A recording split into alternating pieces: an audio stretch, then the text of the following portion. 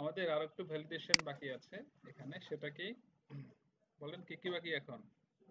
Join date, ডেটের উপরে একটা আমরা ভ্যালিডেশন দেখবো। হ্যাঁ, তাহলে খেয়াল করেন, জয়েন ডেট বা ডেট অফ বার্থ থাকে না। এখন ধরেন কেউ যদি ডেট অফ বার্থ দিতে আসে, কি এই যে আমরা একটা দিলাম আজকের ডেট দিলাম না, এখন এই ডেটটা যদি সে কি দেয়, কি বলেন, সে দিল কি ভবিষ্যতের ডেট দিল কি, এখন এইটা কি নেওয়া উচিত? তাহলে ডেটে কি দিবে, এরর দিবে। হ্যাঁ, সো এই আমরা জয়েন ডেট বা এই ডেটে ভ্যালিডেশন কিভাবে দিব সেটা আমরা এখন শিখবো। ঠিক আছে, ডেট ভ্যালিডেশন বলতে পারেন। হ্যাঁ, ডেটের উপরে ভ্যালিডেশন কিভাবে দিতে হয় এটা আমরা এখন শিখবো।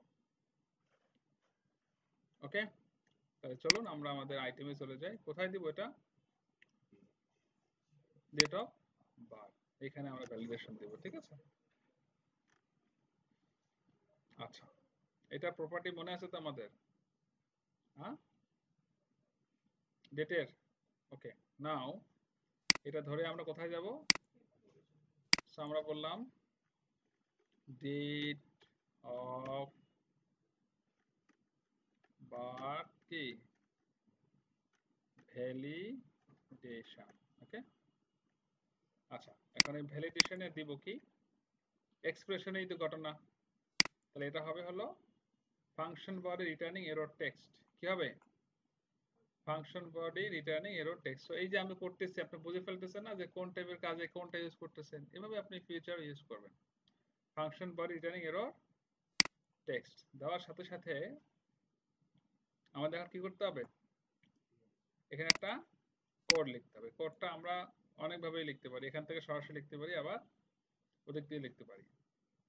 তাহলে আমরা লিখবো হলো বিগিন, আপনারা ছোট ছোট নোট করে ফেলেন, বিগিন কি এন্ড এক্সেপশনও দিব আমরা, কি বলেন, এক্সেপশন। হ্যাঁ, ঠিক আছে।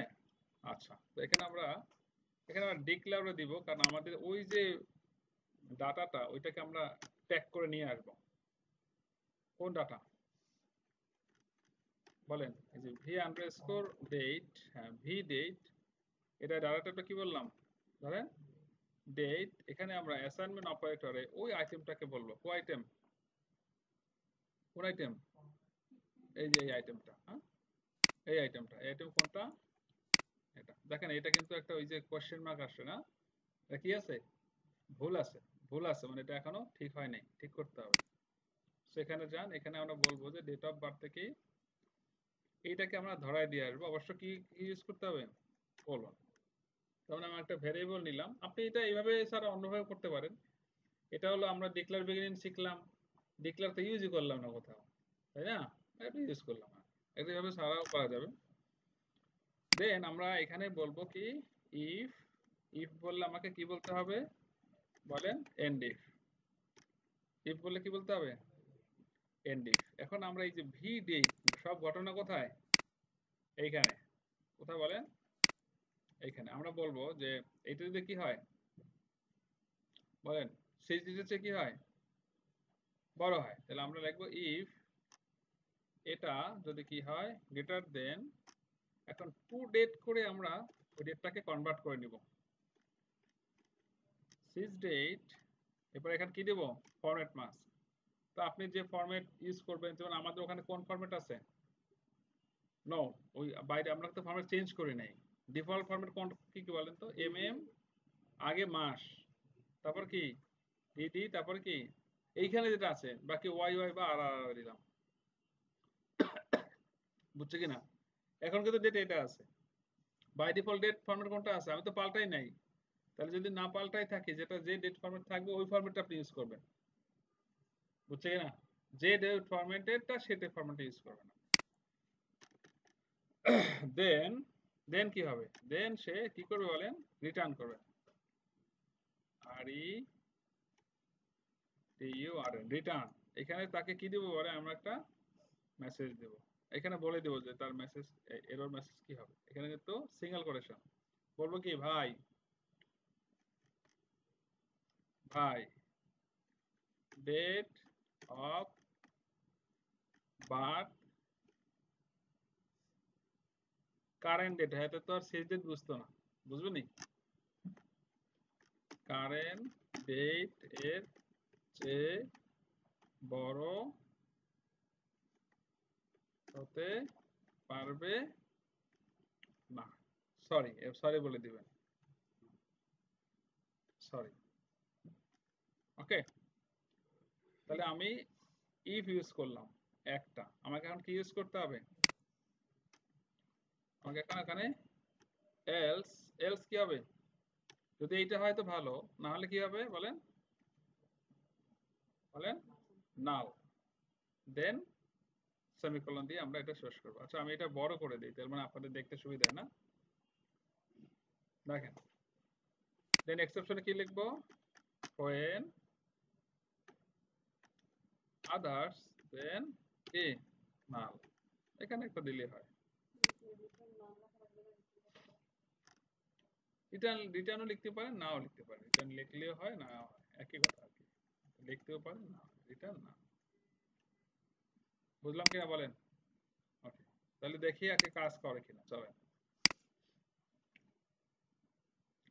আমরা একটা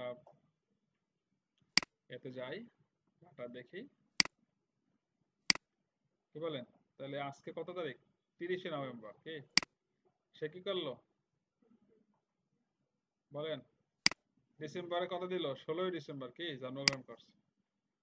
অনেকে দেখবেন ওই ফেসবুকে ডেট অফ বার্থ কিন্তু সব 16ই ফেব্রুয়ারি, 16ই ডিসেম্বর আর 21শে ফেব্রুয়ারি বা 1লা ডিসেম্বর বেশি দেওয়া। দেখবেন একদিনে প্রচুর লোক, কারণ আগে তো 1লা জানুয়ারি মানে বলছে কিন্তু জানুয়ারি, বুঝছেন, মাথায় ছিল জানুয়ারি বলছে। এই দেখেন 12, 16, তাহলে প্রথমে কি এম এম না, তারপরে ডিডি। হ্যাঁ, এনআইডিও ধরছে, দেখছেন, এনআইডিও ধরছে। এনআইডি তো নাল করা যাবে না, আবার কত ডিজিট লাগবে? 3 ডিজিট লাগবে। এবার ধরবে কোনটা? শুধু এটা। যদি ঠিকঠাক দেয় কি, তাইলে তখন নেবে, না নেবে না।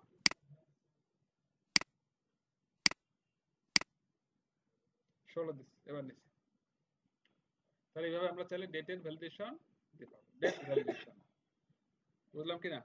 সো এখানে একটা সিকিউর একটা জিনিস আছে, সেটা কি, ডেটের যে ফরম্যাটটা আছে, ডিফল্ট যে ফরম্যাটটা, আমি কিন্তু সেখানে সেই সেম ফরম্যাট এখানে ইউজ করছি, তাই না? মনে থাকবে তো?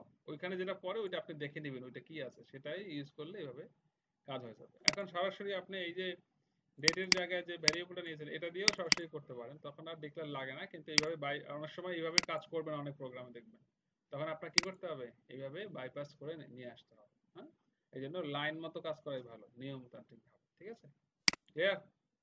বুঝলাম এটা? ঠিক আছে, তাহলে শুরু করেন তো এটা। আর ডেট ভ্যালিডেশন দেন। না না, এটা আপনাদের চোখের সামনে আছে, করেন।